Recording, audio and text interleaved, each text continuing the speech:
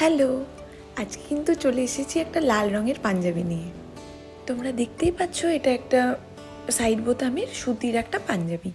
তোমরা কিন্তু আমার বেশিরভাগ কাজেই দেখো যে আমার বেশি কাজগুলো আমি সোনার তুলি ইউজ করেই করি।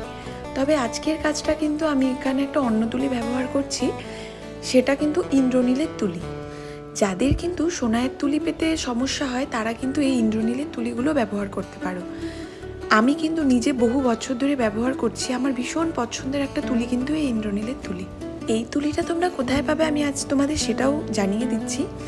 শিয়ালদা যে মার্কেটটা আছে, শিয়ালদা স্টেশন থেকে নেমে যে শিয়ালদা মার্কেটটা, সেখানে নেমেই মানে মার্কেটে গিয়েই তোমরা আর্ট গ্যালারি বলে একটা দোকান পাবে।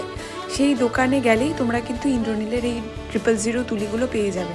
ও আর হ্যাঁ, তোমাদের কাজটা কেমন লাগলো তোমরা কিন্তু অবশ্যই কমেন্টসে আমাকে জানিও। আর ভালো থেকো সবাই।